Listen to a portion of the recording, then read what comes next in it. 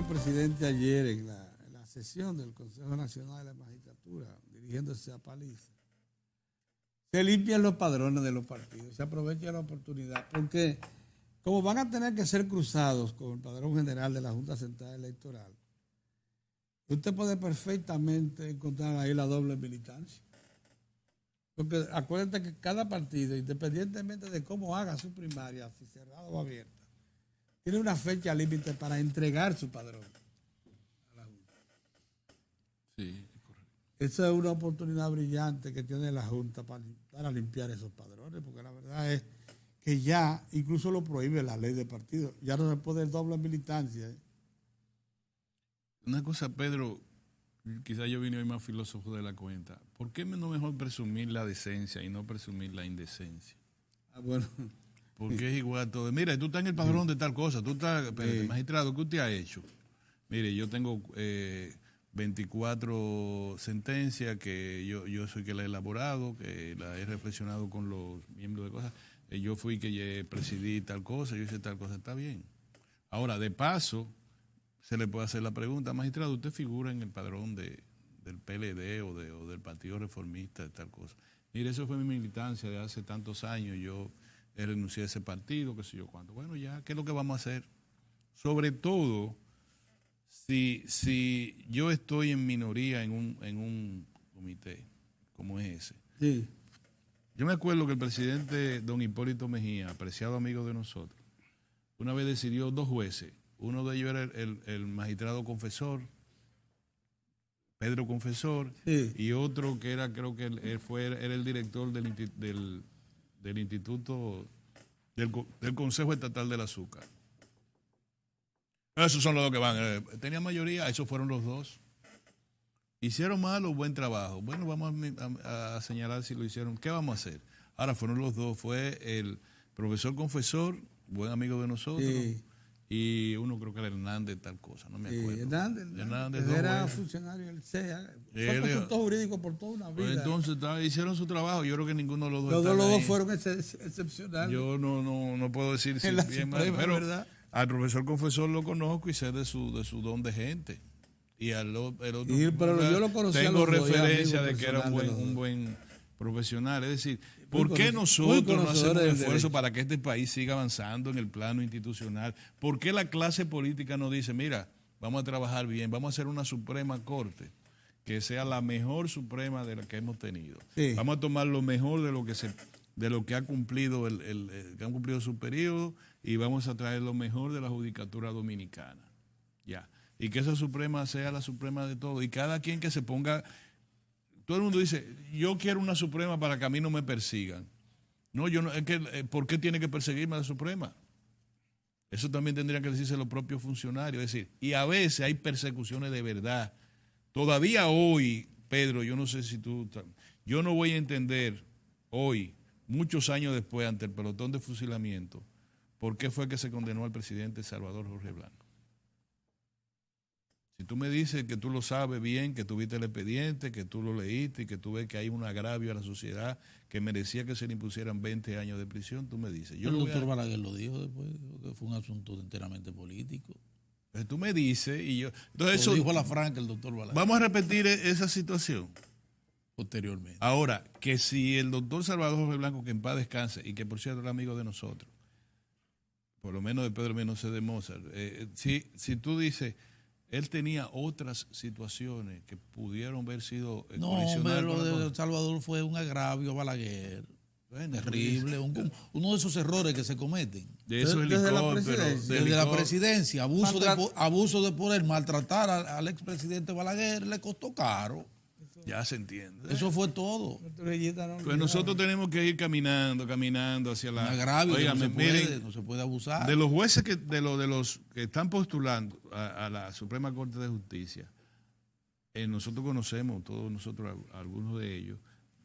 Luminaria, Pedro, el que sabe de eso. Me sentí... Luminaria. Ahora tú dices, es un excelente abogado en tal materia. Ahora, ¿cómo es personalmente? No, un desgraciado, espérate, ese tipo le arranca a cualquiera los bolsillos. No, espérate.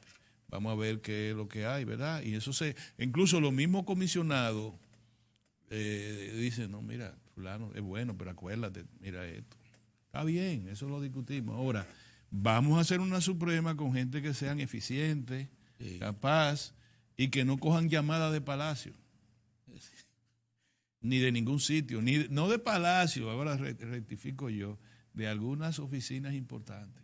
Acuérdate, fulano, espérese, doctor, magistrado, espérese, doctor. Sí, doctor, yo tengo ese expediente, yo le aviso, doctor. Bueno, mientras el hacha va bien, afortunadamente tenemos 2 informes importantes, auspiciosos, sobre la perspectiva de la economía dominicana, uno del Banco Interamericano de Desarrollo y el otro la CEPAL. En el Banco Interamericano de Desarrollo ya nos sitúan desde ya, proyectan un crecimiento entre 5 y 5.5% para final de este año, y la CEPAL lo coloca en 5.7%, en ambos casos liderando la región. Yo sé que hay gente que no le gusta, como decía el presidente, hay quienes no les gusta que se digan esto, pero esa es la realidad. Esos 2 organismos internacionales que no tienen nada que ver con el PLD o con el PRM o el Partido Reformista, sino que son organismos que están cumpliendo con su papel, que no es otro que el de preservar los capitales de quienes los sustentan, porque eso es lo que son esos organismos internacionales.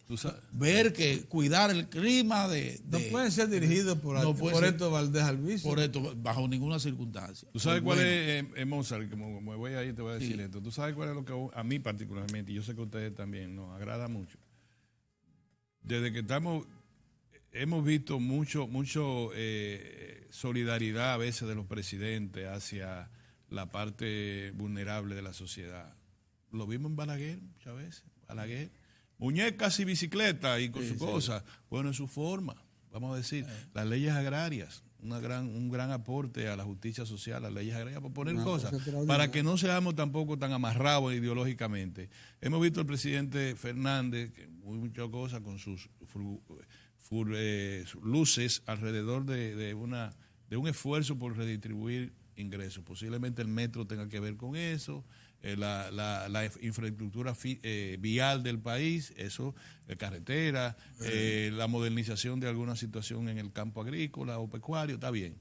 Ahora, yo ahora te puedo decir, Pedro, de verdad, y lo digo con el corazón en la mano, ha sido el gobierno, a mi modo de ver, si alguien me puede decir que no, bien, en la redistribución del ingreso, donde más se ha avanzado, y no digo que los otros no han avanzado, acabo de decirlo, ¿verdad?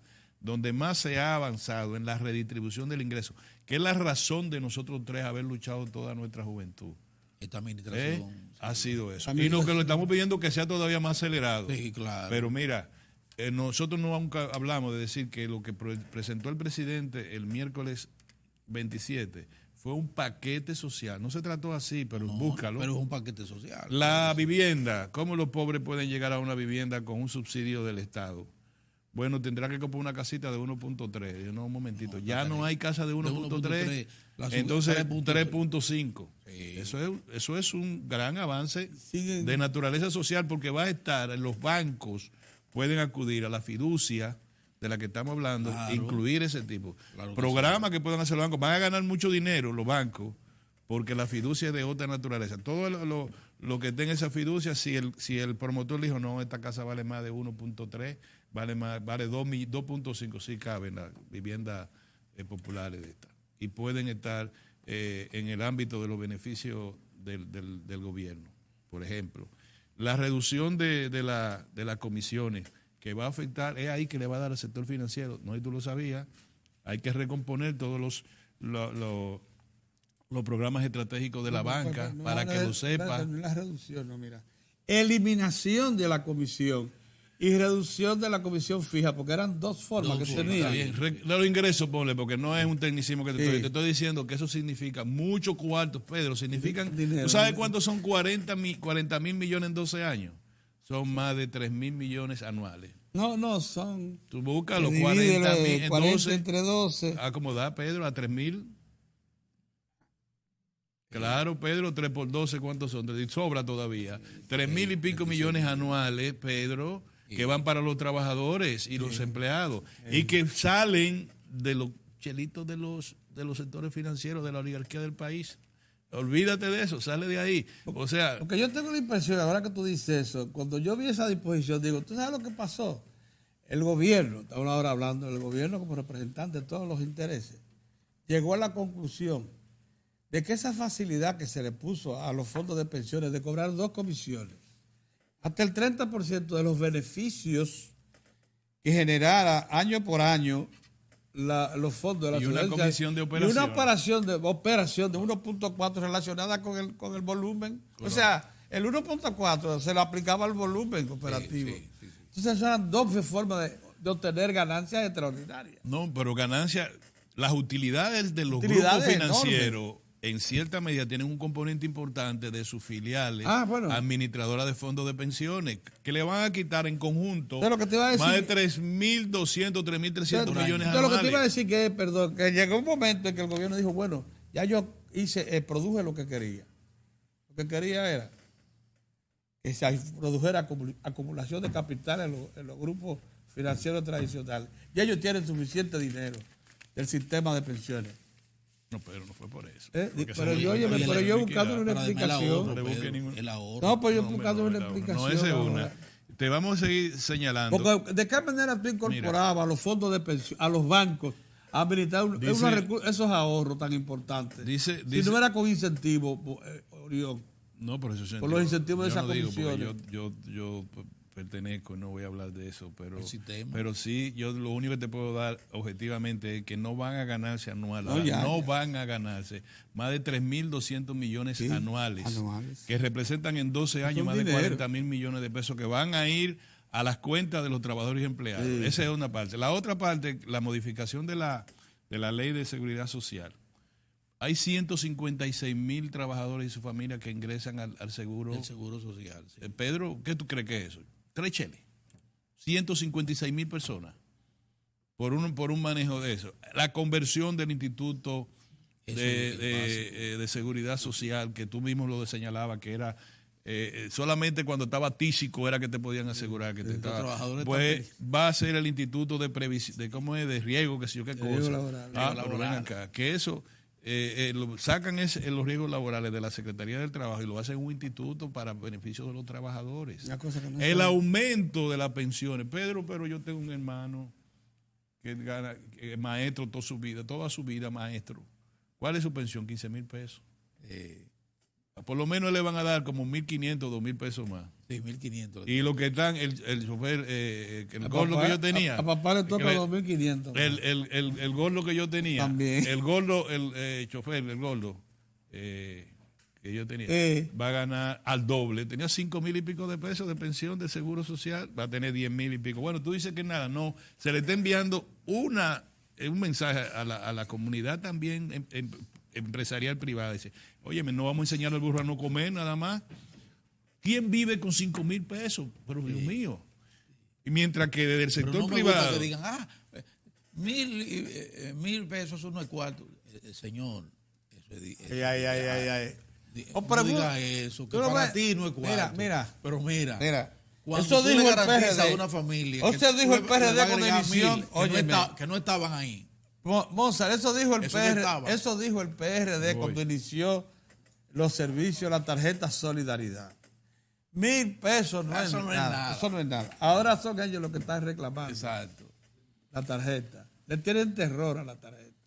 Esa tarjeta, nos vamos a ir a un cambio. Mira, yo te digo, tú le das a una persona, tú vas al supermercado, y lleva a tu ayudante civil, y va con él ahí, y le dice, coge un pollo y coge un paquete de ese de arroz. ¿Tú sabes cuánto es eso? Como 300 y pico de pesos. Sí. Esa es la vida de su casa, para que lo sepa. Sí. Dime si 1.000 pesos no valen.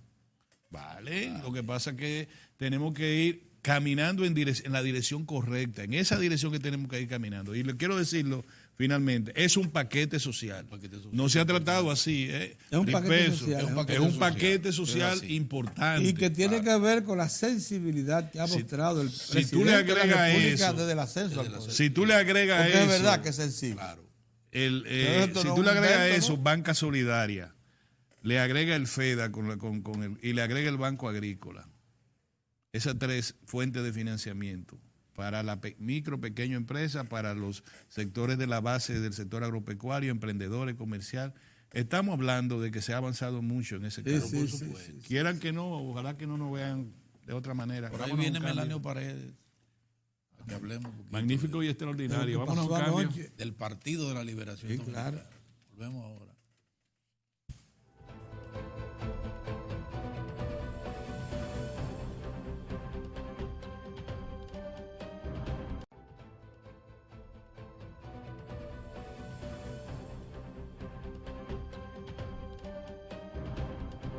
Señores, está nuestro invitado de hoy con nosotros ya.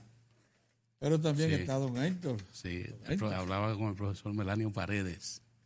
Sí, él fuera del aire. Porque tú sabes que Melanio es un hombre que tiene con nosotros en los medios todo el tiempo, porque fue un gremialista, lo recuerda, don Pedro.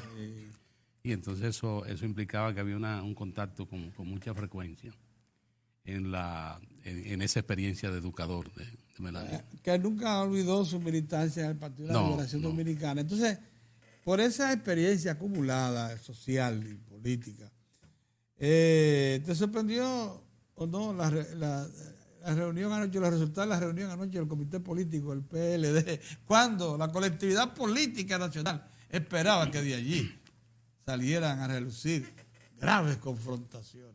Los que no conocen el PLD. Yo que lo conozco sabía que sería una reunión fiambre. ¿Cómo fiambre? Oh, claro, lo primero es que uno de los actores fundamentales, del cual se esperan definiciones, no asistió, que es el presidente de la República. No, pero lo había explicado que estaba en el Consejo Nacional de Magistratura. Bueno, las reuniones del Comité Político se han fijado para los lunes de cada mes, hace años. Sí, correcto. Y las sesiones del Consejo Nacional de la Magistratura la coordina el presidente. ¿Por qué hacer chocar en la misma fecha dos eventos tan importantes? No hay necesidad de ello. Pero yo quiero saludar la presencia del amigo Tineo, que la última vez que estuve por aquí no tuve la ocasión de intimar con él, y naturalmente saludamos a Cava y a los amigos televidentes. Mira, yo felicito que en lugar de un desafuero que se pueda cometer en esa reunión, resulta ser una reunión fiambre. Una reunión fiambre porque lo que ahí se hizo anoche fue comenzar a integrar y cumplir con una decisión de la comisión de la decisión del Comité Central del 27 de octubre. El 27 de octubre, luego de aprobar lo de las primarias abiertas, el Comité Político previamente también había aprobado que se creara una comisión para adecuar los estatutos a las nuevas disposiciones de la ley de partido en aquella ocasión y a la ley electoral. ¿Qué fue lo que se hizo anoche? Se designó la comisión y se reingresó a Taína Gotró. Nadie pensaba que el Comité Político después de 5 meses eran los temas que iba a abordar.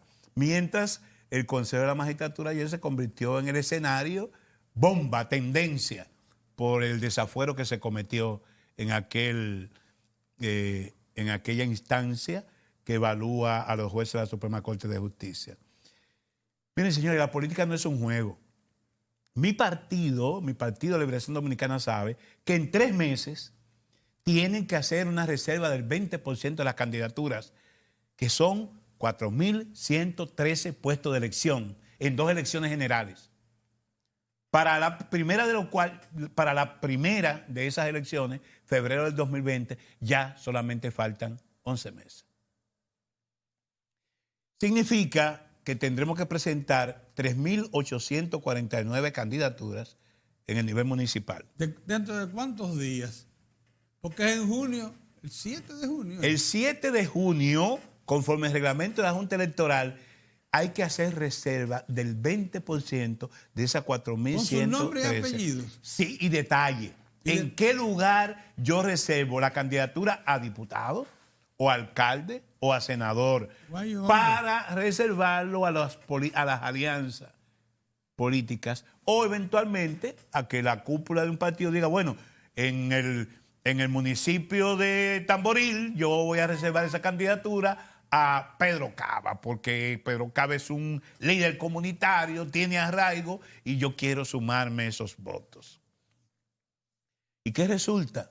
Que para hacer reserva de esa candidatura y abrir la campaña 30 días después, el 7 de julio, hay que cruzar los eventuales candidatos con los padrones de los partidos. Claro. Esta fase no es abierta, esta parte es cerrada. esa fase. ¿Por qué? Porque la propia ley de partidaria electoral y la Constitución de la República establecen unas condiciones para ser candidatos a puesto de elección popular. Cumplir con los mandatos, estar en pleno ejercicio de sus derechos civiles y políticos, no estar sui judice, someterse al análisis de sustancias psicotrópicas y tener una militancia de un tiempo determinado en la organización que lo presenta. Por consiguiente, lo que se aprobó, y ahora se está dando marcha atrás, porque anoche se aprobó o se planteó la necesidad de volver hacia atrás con las primarias abiertas, ahora van a ser semiabiertas. Elemental. Si el PLD va el 7 de octubre a unas primarias abiertas y al mismo tiempo su contendor, el PRM, va a esas primarias con padrón cerrado, resulta que los miembros del PRM pudieran determinar cuál es el candidato del PLD, porque pueden votar en su primaria y votar también al mismo tiempo en la del PLD.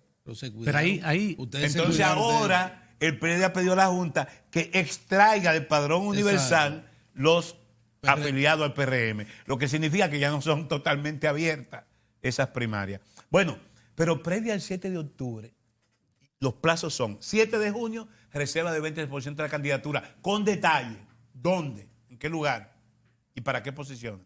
7 de julio, inicio de la precampaña interna, con la apertura de inscripciones de precandidatura. 22 de agosto, 45 días antes del 7 de octubre, el partido tiene que presentarle a la Junta, prepararle la mesa y decirle, estas son las precandidaturas que van a participar en la competencia del 7 de octubre.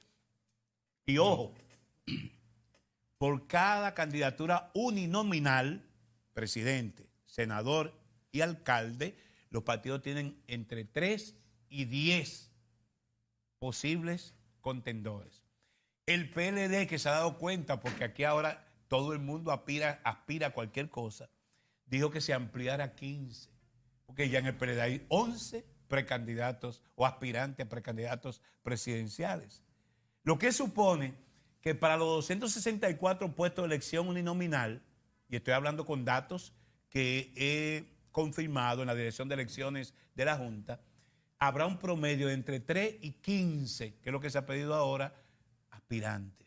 Pero digamos que un número razonable son 8 o 10 como promedio. Tú multiplicas entonces la cantidad de puestos electivos por ese promedio y serían los participantes de cada partido. Y si tú multiplicas por 25 o 30 partidos, las cantidades de precandidatos que estarán en la calle corriendo en esa interna es un pandemonio.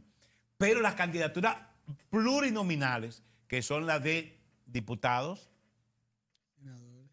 concejales, senadores son uninominales, concejales y vocales en los ayuntamientos, se permite hasta tres aspirantes por puesto. Entonces tú vas a multiplicar 3.800 y tantos puestos de elección que hay a ese nivel por 3, y eso te da también la cantidad de actores políticos que estarán corriendo en esas primarias internas. Eso es un volumen de trabajo que tú no puedes estar difiriendo día tras día. Hay que acometerlo, eso es un trabajo extraordinario que hay que hacer. Y para hacerlo necesitamos tener los organismos de partido funcionando y asentados. Tú no estás tomando en cuenta, que si hay una organización que cuenta con maquinarias efectivas electorales, es el Partido de la Liberación Dominicana. Mientras tú manifiestes, yo creo que lo hace con mucha razón, la inquietud en el sentido del tiempo, de los tiempos para situaciones como la que tienen que acoger los partidos para responder a los requerimientos de la Junta Central Electoral, ya esas maquinarias electorales están trabajando. Porque no me digas tú a mí que esa maquinaria del danilismo, porque ya hay que hablar así, porque así que todos están hablando ya de danilismo, leonelismo y tal. Ya el danilismo está en las calles y tiene focalizados sus candidatos y precandidatos a nivel nacional, Pedro. Oye, que natural cuando tú ves que José Ramón Peralta dice que, que ya él proyecta que de los senadores que tiene el Partido de la Liberación Dominicana van a crecer, que si ahora tienen tanto, van a ser tanto. Puso un número, no recuerdo ahora, pero puso un número. Y cuando tú ves que desde la acera del leonelismo ya tú encuentras precandidatos que están señalados, es porque esas maquinarias están en la calle.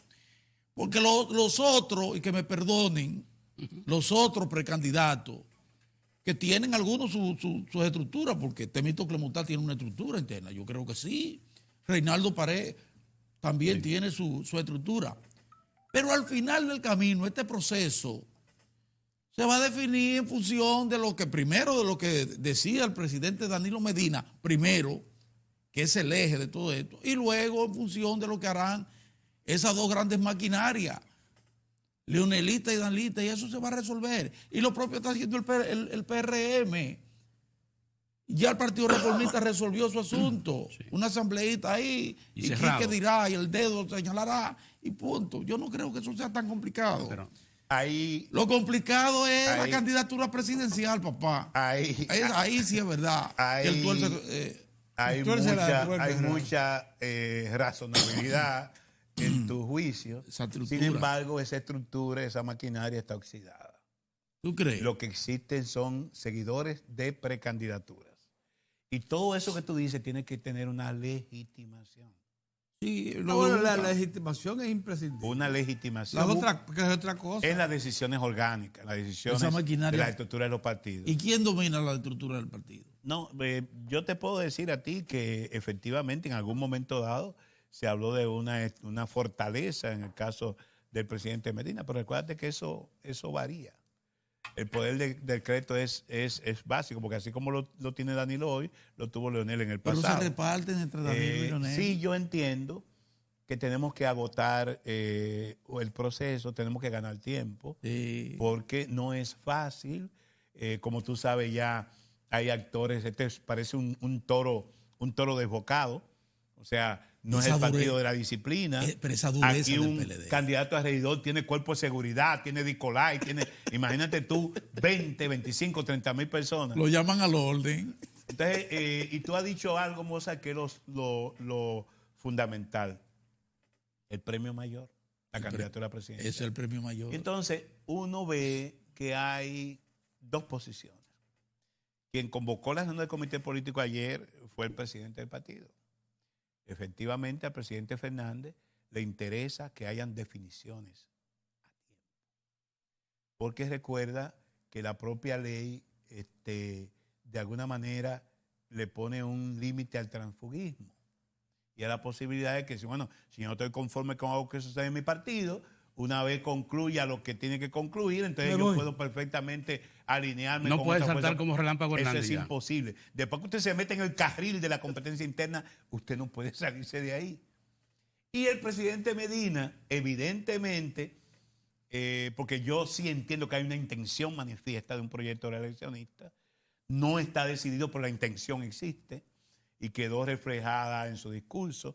No había razón para un hecho, una situación que está expresamente prohibida en la Constitución, dejar las cosas en nebulosa, dejar indefiniciones. Y yo lo que llamo es que definamos con tiempo esta situación.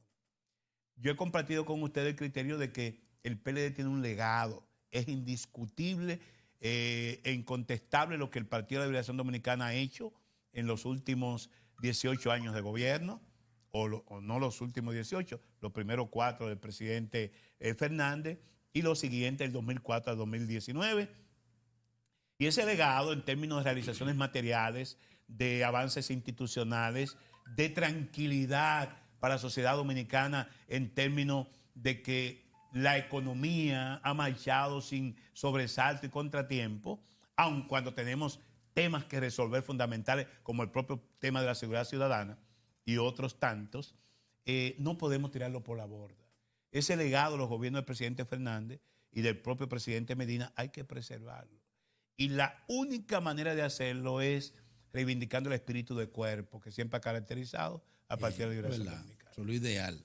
Yo aspiro a que nuestro liderazgo actúe con inteligencia y finalmente podamos superar todos estos todos estos desencuentros y podamos presentarle y mandar una señal asertiva a la sociedad dominicana de que nosotros estamos en capacidad de seguir dirigiendo el Estado, de que somos los actores más confiables en el escenario político dominicano y que podremos entendernos de manera decente y armónica en la competencia por el poder. Profesor, volvemos a la reunión de anoche. La Secretaría de Comunicaciones le dio a los medios de comunicación un resumen.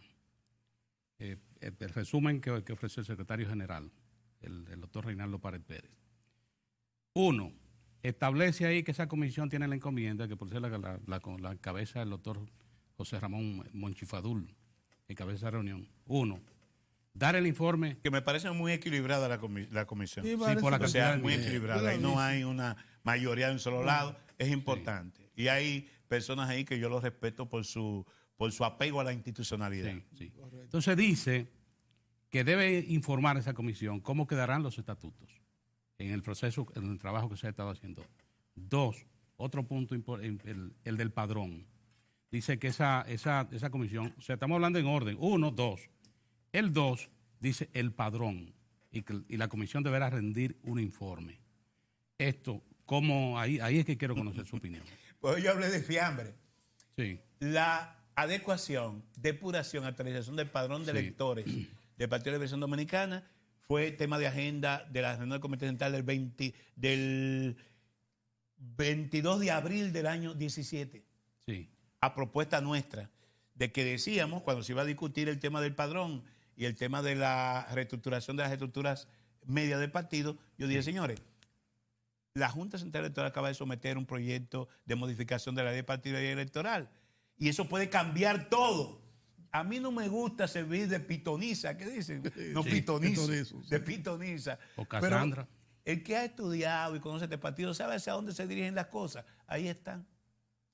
Yo dije, no nos aventuremos a tomar decisiones cuando hay una ley pendiente de discusión de una normativa electoral y de partido que puede cambiar todo. Así fue. Entonces, lo que quedó en la mesa el 22 de abril del 2017, anoche, es que nuestros preclaros dirigentes del comité político toman la decisión de conformar una comisión para examinar el padrón.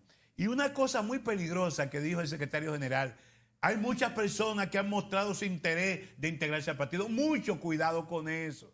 Porque si abrimos la caja de Pandora ahora, de abrir el partido después de un padrón cerrado por 13 años, del 2005, ya para 14 años, y abrimos esa caja de Pandora ahora, manso y cimarrón, no habrá terreno en República Dominicana para el pandemonium que se puede abrir ahí, con todos los paracaidistas y oportunistas que querrán venir ahora a exigir unas condiciones de una membresía que no ha habido la posibilidad de que se haga con sosiego en el tiempo que ha transcurrido. Para mí, esa comisión, y yo tenía el propósito, pero nunca me han querido escuchar, es sencillo el padrón del PLD.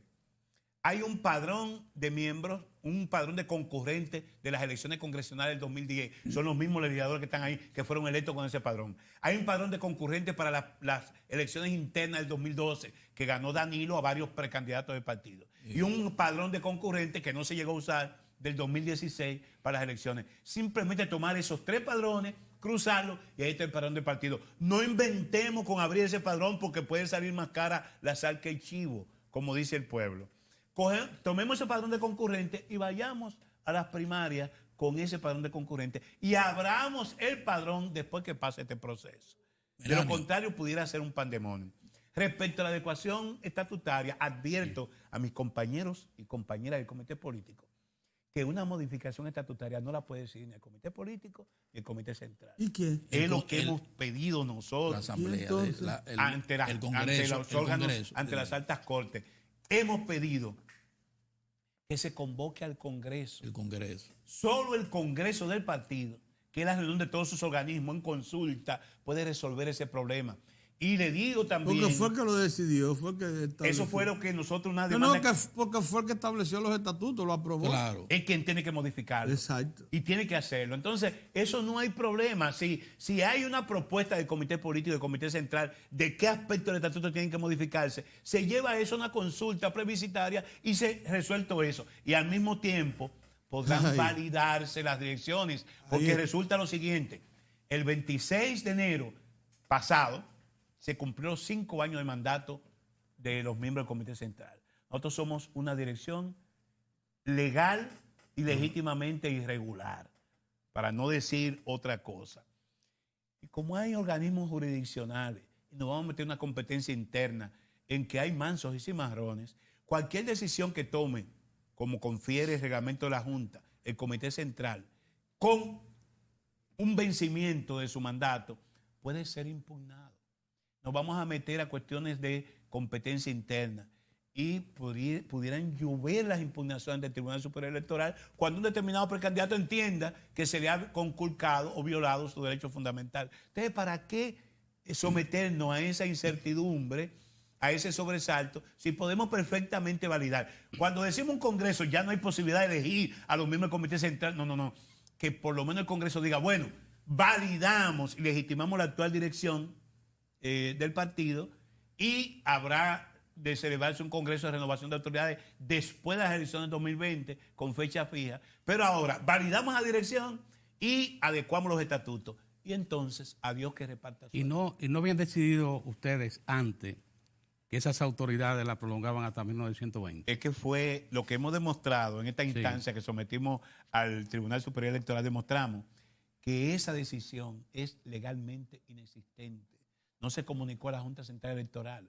Eso fue un acuerdo de las partes, los 35 miembros del comité político, que incluso hablaba de poner unos candados a la Constitución. Todo eso se quedó en el limbo. Entonces, lo que hemos dicho, señores, formalicemos esto, evitémonos contratiempos y sobresaltos y vamos al caos institucional. Soy lo que sostengo, que lo único que garantiza la unidad del Partido de la Liberación Dominicana y la retención del poder es retomar nuestra propia legalidad y conducirnos por el camino institucional. Tan sencillo como eso. Y eso no cuesta. A propósito de candado, después del discurso del presidente de la República, sobre todo esa parte final, no cabe la menor duda en el seno de la opinión pública nacional que solo falta para un proyecto de reelección la decisión ya personal, abierta y clara y franca del presidente de la República. Porque ya están dadas todas las condiciones, se han creado las condiciones para una eventual repostulación del presidente, un intento de repostulación del presidente de la República. Frente a esa situación, yo quisiera conocer, porque he visto muchas voces ahí que dicen que si hay una repostulación del presidente, una reelección, entrará el mar al país. O sea, el país se va a descomponer y esto va a ser un pandemonio. O sea, que la estabilidad que hemos mantenido por mucho tiempo en todos los ambientes, tanto social, político como económico, es la única amenaza que tiene para esos sectores dentro del partido y en la oposición, es que el presidente de la República. Si el presidente no va al país, irá muy bien. Pero si el presidente decide ir, entonces se va a descomponer el país y aquí va a entrar el mar. ¿Cómo lo ven ustedes? Nuestro liderazgo político ha sabido conducirse con inteligencia. Sí. Si él decidiera tomando el pálpito, cómo piensa la población, aquel poner el oído en el corazón del pueblo. Lo cierto es que un proyecto reeleccionista luce una aventura en estos momentos. Todos los poderes fácticos del país se oponen. ¿Pero quién dijo eso? Se refleja. Si tú oyes el pronunciamiento de la iglesia... ¿Quién dijo que los poderes fácticos se oponen? Las iglesias se oponen. El empresariado se opone. ¿Pero dónde lo dijeron eso? Lo han dicho. ¿Tú no oíste la actividad que hace en el Centro Olímpico este señor famoso, un pastor? De la fe. Y todas las comunicaciones, las comunicaciones de ese sector empresarial no se siente cómodo con la administración. Tú me decías a mí que ese sector empresarial no se siente cómodo. Óyeme, ese sector empresarial no se siente tan cómodo, que fue ahora mismo el que levantó la bandera diciendo que el presidente de la República hizo un magnífico discurso y que fue sobre asuntos de realidades. Claro, porque tocó temas de interés para ellos. El sector empresarial. Óyeme, el discurso del presidente de la República. Pero aquí no hay ningún sector que haya dicho que está en contra de la reelección. Todos los sectores. Respuesta para los envejecientes, para los jóvenes, para las mujeres, para el empresariado, para los trabajadores. Ahora. Los trabajadores felices con la aprobación las política. Encuestas, ¿Pero quién lo dice? ¿Cuáles encuestas hablan por sí solas? ¿Cuáles encuestas? Pero hay encuestas. El ministro administrativo de la presidencia ayer hablaba de aceptación de gobierno, con lo que todos estamos de acuerdo. Eso no significa aceptación de No, y candidato. decía también, él también decía que según las encuestas, el único que gana en primera Yo vuelta es quiero que Danilo. volvamos a un programa para demostrar que aquí el ministro ha dicho los poderes fácticos, el poder transnacional, el entorno internacional y el 60% del PLD no está. Esos son decires, yo tengo que ver eso en la práctica. Sí, vamos. Bien, señores, miren qué bueno, terminamos en un ambiente candente. Vamos a invitar al profesor Melanio Paredes. Moza haciendo de abogado del diablo. Queda abierta la Ese es mi invitación. papel. Sí. Muy bien. Está bien. Muchas gracias, Melanio. Y nos vemos Está con entonces, nosotros. sí. Qué bueno cómo examinaste los retos que tiene el PLD de aquí al 7 de junio, Monza. Así es. Eso ahorita. 3 meses justo. El PLD le resuelve eso. Sí, todo claro, eso se resuelve. La misma Porque ahí hay liderazgo para resolver. No, y la Muy bien. comisión que se ha Olvídate. integrado. Mira, ahí está, por Sí. ejemplo, Monchi la preside, Muy un hombre bien. que. Nos vemos mañana, Dios mediante. Bye bye. Sí, eso es.